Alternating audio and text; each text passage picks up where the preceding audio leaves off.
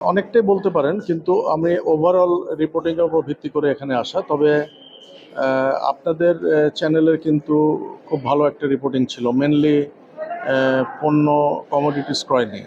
তো সেটা আমি এখানে এসে দেখে গেলাম, আরও কিছু জিনিস দেখে গেলাম। প্রথমেই বলে রাখি যে এখানে আমাদের স্ট্যান্ডার্ড সেট আপের যে ম্যান পাওয়ার দরকার, যে medical officer, registrar, CA, professor, এগুলো কিন্তু আমাদের চাহিদার তুলনায় অনেক কম। 6টা আল্ট্রাসোনোগ্রাম মেশিনের মধ্যে 4টা নন ফাংশনিং। এমআরআই মেশিন দুঃখজনক হলেও সত্যি কমপ্লিটলি নন ফাংশনিং।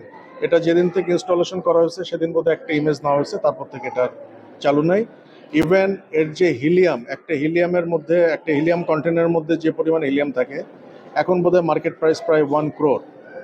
এবং আমি মেশিনে কাজ করি বা না করি, মেশিনটাকে সুস্থ রাখার জন্য এটাকে কিন্তু চালু রাখতে হয়। যেমন আমি অনেক জায়গায় ভিজিটে গেছি, এমআরআই হয় না কিন্তু মেশিন ফাংশনিং, ওখানে কিন্তু আমার মোবাইল, ঘড়ি, সমস্ত মেটালিক ইয়েগুলো আমাকে খুলে রেখে ওখানে ঢুকতে হচ্ছে।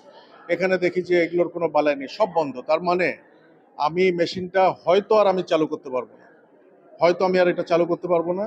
এটা আমি মন্ত্রী মহোদয়কে জানাবো যে এত বড় একটা পারচেজ, এটা এখানে ইনস্টলেশনের পর থেকেই এটা নন ফাংশনিং, এবং সম্ভবত এটাকে আর ফাংশনিং করা যাবে না। কারণ এরকম একটা মেশিন যদি আমি দীর্ঘদিন একদম বন্ধ করে রেখে দিই, তাহলে এটা আর ফাংশনিং করা যায় না। তো এগুলো আমরা দেখব তদন্ত করে। প্যাথোলজি ডিপার্টমেন্টে গিয়ে যেটা দেখলাম, যে প্রজেক্টের মাধ্যমে ক্রয়কৃত যত যন্ত্রপাতি, তার মধ্যে একটা বা দুইটা বোধহয় ভালো আছে, বাকিগুলো পরে কিন্তু রিপ্লেস করা।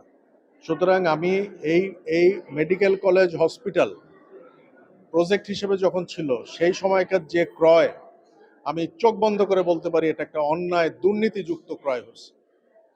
দুঃখজনক হলেও সত্যি। এক্স রে মেশিন 3টার মধ্যে 2টা ফাংশনিং, একটা নষ্ট। তো সেটা বোধহয় আরো 1 মাস মতো সময় লাগবে, 1 মাস সময় লাগবে। তো